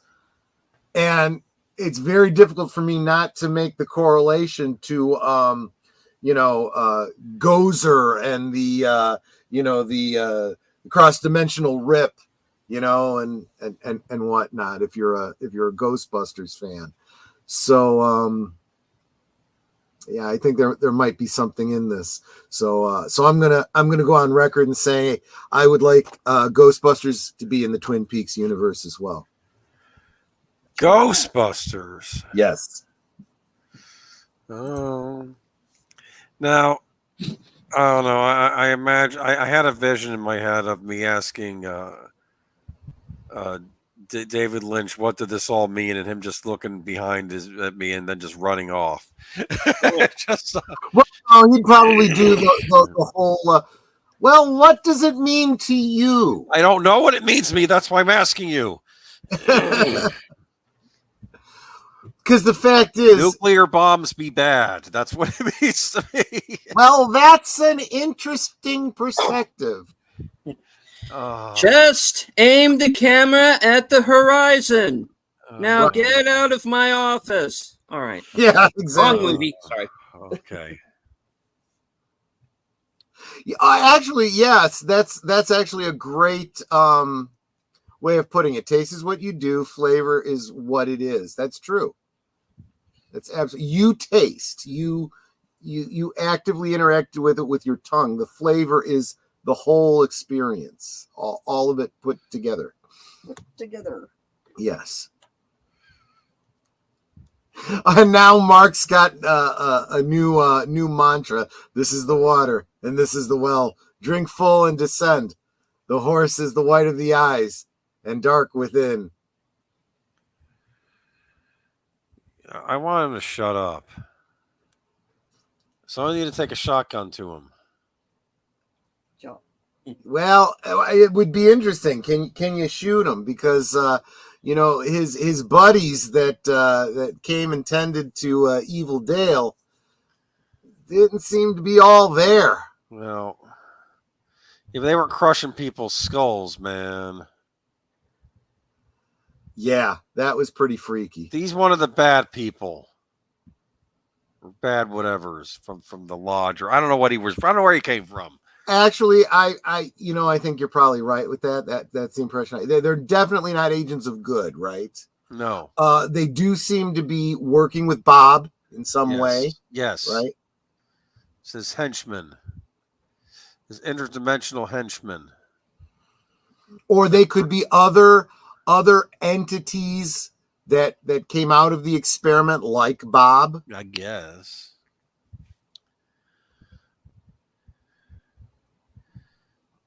Strange show. Yeah. A little weird.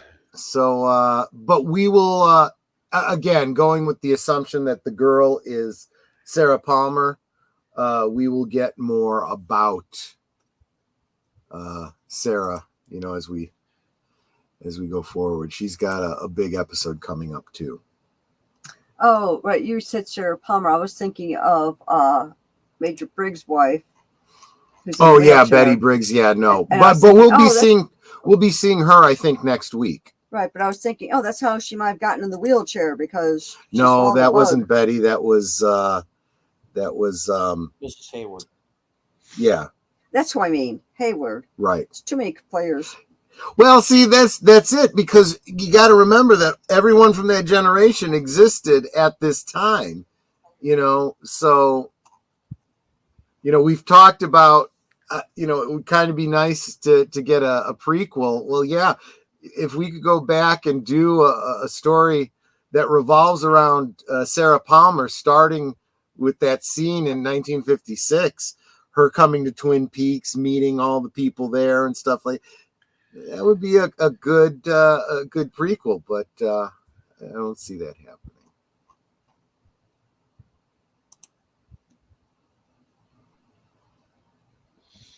I'm going to have that in my head all night. This is the water. This is the well. Don't start. I don't want that in my head. Well, the more you think about it, maybe the more likely it is that you'll figure out what it means. I do like the guy is knucking futs. Yes, I do like the meme that Mark put up of the girl swallowing the frog mouth creature with Grogu in the foreground. Like, oh, mine. Oh no. Well, evil Dale got shot in the gut or something, right? Yes, he did. You think there are going to be any repercussions for that? Gonna have to wait and see. I don't remember. That guy was pretty smart. Well, he wasn't smart enough to have not gotten involved with them in the first place. True. But yeah. So that's pretty much all I got for this episode. This was a pretty simple episode. Not a lot to go over there. Yep. Pretty simple. Yep. It was just weird. Yes, it kind of was. Weird. Yeah, it gets weirder from here. It really does. Well, this is the Twin Peaks universe, right? Yes, it absolutely is. We just live in it. I'm just right. I didn't like when the guy was looking out. I thought the tall dude was staring out at me, and I didn't like it. Well, yeah, exactly. You stay, you're my entertainment. Next week, we will get more of Chad. So that's something to look forward to. Oh, yeah. Steven's favorite, right? Yep. You didn't like his comment about the veteran that unfortunately took a bad way out and just anyway, wasn't very sensitive, I'll say that. Computer, eliminate chat. Yeah, exactly. Okay. We'll have Ben and Beverly. We'll be revisiting the noise in the hotel. Oh yeah. I want to know what the noise is in our house. We have this steady thrum that I hear if I'm down in the family room where we are now and it's totally quiet. I can hear it most loud by the stairs. If I'm in our bedroom, it sounds like it's coming from a corner of our bedroom that's closest to the bathroom. It's not a pipe thing. It's, I don't know what, but it's a state, like almost like a heartbeat. And I've heard it. Troy's heard it. Other people have heard it. My mother-in-law has heard it. So I know I'm not imagining it. So for all of the Twin Peaks we didn't get this week, we will be getting a lot more. We will be seeing Andy and Lucy again, and they will be having a little bit of domestic friction. Minor friction. We will we'll see the return of Cole and Albert and Diane and you know, all of them. Focus on Cooper and Janie again. So yeah, it's next week will be a little bit I hesitate to say more normal, but back to the stuff you're used to. Okay.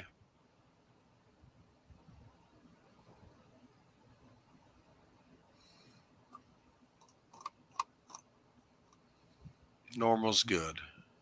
Yes.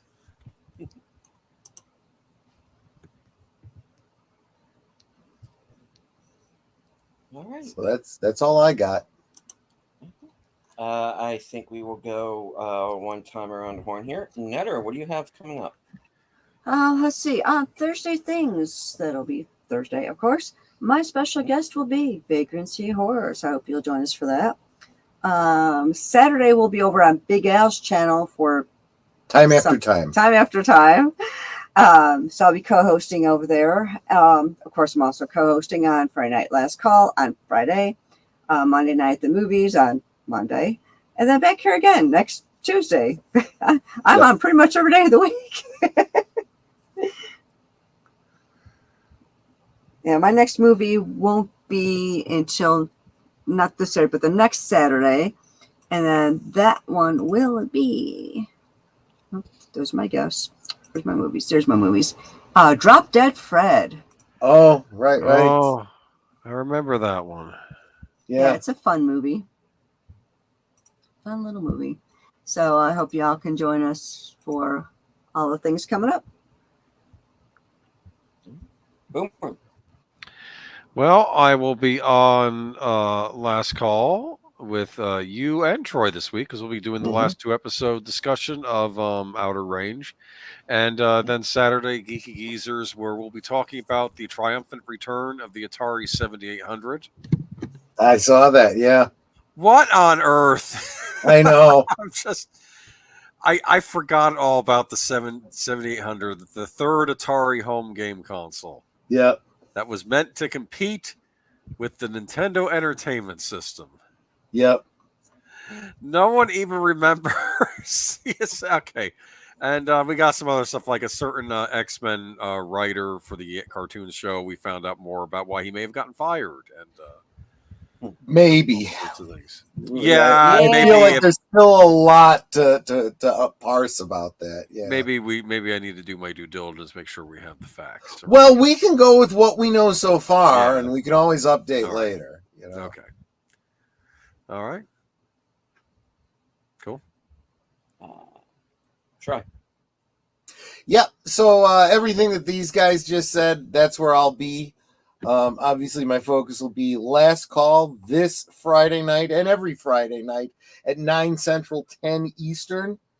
And yes, again, all the people that are here on the channel on the panel tonight will be on the panel next week, as we are going to be watching. Well, not watching. We will be discussing the last 2 episodes, and I do mean last 2 episodes of Outer Range. Yep. And yeah. And since we're going through the week, next Monday, of course, for Monday Night at the Movies, I've decided, because it's the last Monday in August, for me, the way I break up my year, I consider it the end of summer. And so I will be doing a end of summer double feature, Corvette Summer, and American Graffiti. There's a lot more connective tissue between those two movies than just summer films and cars.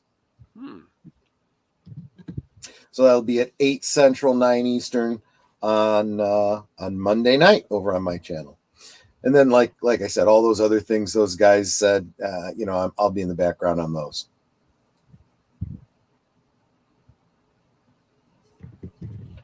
That's it. All right. Gets on over to me. All right. Join Outlaw Bill and myself Thursday at 4:30 for Action Theater. And we're going to be watching Brainstorm from 1983. Christopher Walken, Natalie Wood with Cliff Robertson and Louise Fletcher. Of course, later on that night, the weekend update, tentatively scheduled for 11:30 Eastern. Could be a little earlier, could be a little later. We will see. And of course, Friday, I will be on Friday Night Last Call for the last of our Open Range series, unless it gets picked up by another streamer. Hope. Just in case. Here's hoping. That would be nice. That would be nice. Yeah. And okay, let's see. Saturday, I might be doing a member stream. Stay tuned for that. Probably late afternoon, early evening if I do. Sunday, I will be joining Outlaw Bill once again for Western Cinema Presents at 4 p.m. And we're going to be watching Lightning Jack with Paul Hogan. Later on that night, of course, will be Unscripted, where I'm going to be discussing, among other things, a certain ex-movie star who can't seem to keep his foot out of his mouth. Mm-hmm. Oh. Yeah. I'm curious who that is. And I don't know if I'm going to be doing The Other Side of Midnight this week or not. But if I do, stay tuned to my channel. The link will be up if I do. And of course, join us right back here. Same bat time, the same bat channel for part 9.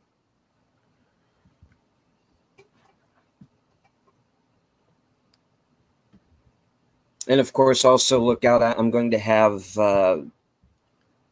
reviews coming up for Borderlands and Alien Romulus.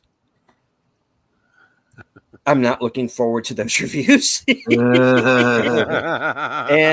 But I did see a very good movie over the weekend called The Dead Don't Hurt with Viggo Mortensen. So I'm going to be reviewing that as well. He's had a good career. Yeah. He's had a good career.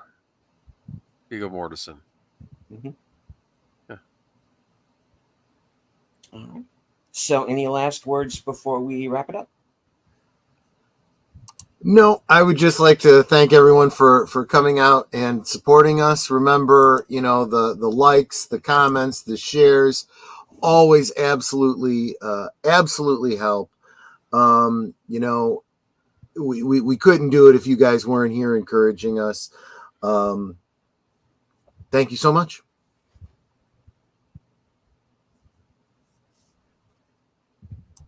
All right. Boomer, last words? Well, no Dougie tonight, so I was not pleased, but we'll be seeing his triumphant return next week, I believe. So, yeah. We can't believe they made me wait a whole nother week to watch Dougie.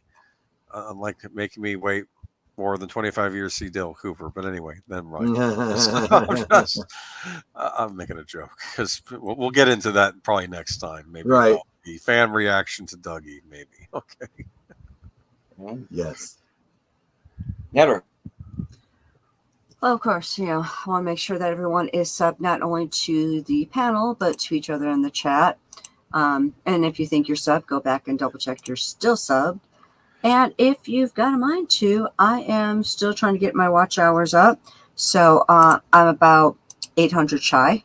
So if you want to open up a tab and just hit play all or something and help me get some of those watch hours, I'd very much appreciate that. Because the sooner I become monetized, the sooner I get those like super stickers and stuff and emojis and things that people am asking for. Deleted scenes. And of course, y'all know what I always say. We can talk amongst ourselves, and that's all well, good, and fun. But it's so much more fun when you guys are joining us in the chat and you're dropping your comments, questions, trivia, being goofy, whatever it may be. And it doesn't feel like we're separated by miles or continents in some cases. It feels like we're all hanging out in the same room, enjoying each other's company and having a great time. And you guys, not just our friends. You are our family. We love you guys, and we appreciate you so very much. You could be anywhere right now, and you're here. That's so encouraging. I really love seeing you guys in our chats on every stream. It's so encouraging, and I just love seeing my family. So thank you for being here. Thank you for encouraging us. Hopefully, I will see you guys on Thursday for Thursday Things with Vagrancy Horror, returning guest. And we'll find out what he's been up to. But until then, good night, and God bless. Yep.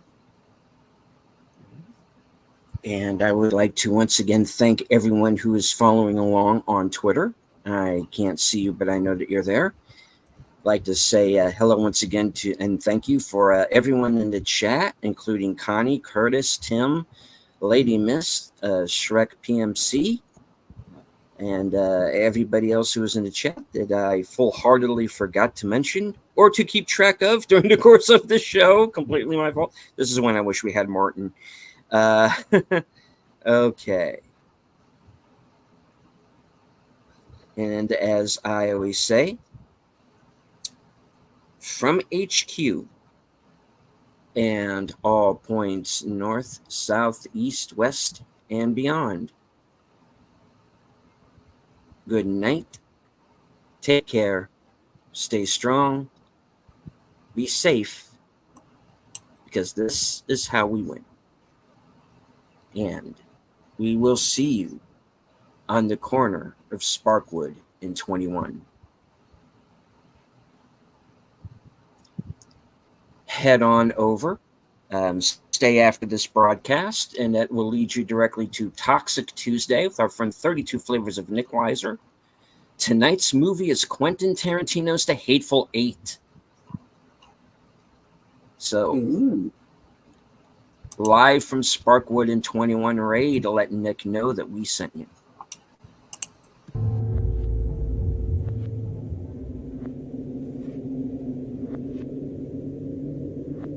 Is it future or is it past? Hello, yes, Cluu Channel.